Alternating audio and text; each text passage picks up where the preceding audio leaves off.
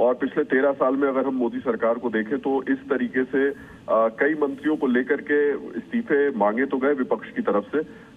कुछ बार सड़कों पर भी कुछ लोग आंदोलन के लिए उतरे, लेकिन सरकार ने कभी इस तरीके का फैसला लिया नहीं।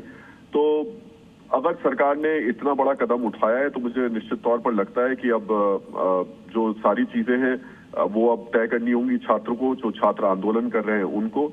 और मैं बार बार ये बात कह रहा हूं कि इस समय बहुत ही ये संवेदनशील मुद्दा है। बहुत सारे लोग ऐसे उस जगह पर अलग अलग सड़कों पर नजर आ रहे हैं जो कि शायद इसका फायदा भी उठा सकते हैं, और उस स्थिति में वो कानून व्यवस्था के लिए भी मुश्किलें खड़ी कर सकता है। हालांकि सीजेपी के नेताओं ने खुद इस बात को लेकर के अपील की थी।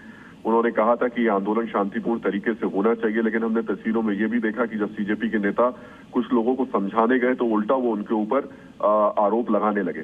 खैर, ये सारे मुद्दे अब पीछे रह चुके हैं और सबसे बड़ा ये फैसला है सरकार की तरफ से कि धर्मेंद्र प्रधान ने इस्तीफा दिया है।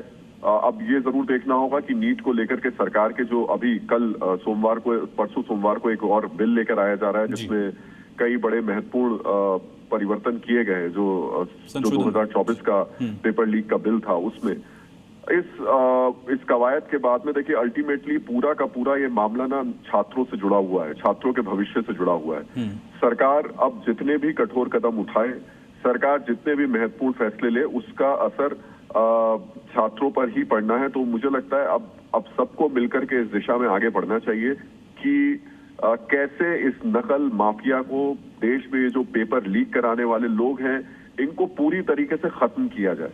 क्योंकि जब तक ये लोग खत्म नहीं होंगे छात्रों के भविष्य के साथ में खिलवाड़ होता रहेगा और ये सामूहिक तौर पर होना पड़ेगा। इसमें सरकार को भी जिम्मेदारी निभानी पड़ेगी, इसमें जो शिक्षा तंत्र में जुड़े लोग हैं उनको भी जिम्मेदारी निभानी पड़ेगी, इसमें छात्रों को भी जिम्मेदारी निभानी पड़ेगी। क्योंकि ये भी फैक्ट है कि 100 में से 2 छात्र तो ऐसे हैं जो इन पेपर लीक करने वालों का पेपर खरीदते हैं और उसका खामियाजा 98 जो छात्र हैं उनको भुगतना पड़ता है। तो ये बहुत स्वाभाविक है, सबको मिलकर के इनके खिलाफ में अब एक बड़ी आवाज बनना पड़ेगा। इन लोगों के खिलाफ कड़ी कार्रवाई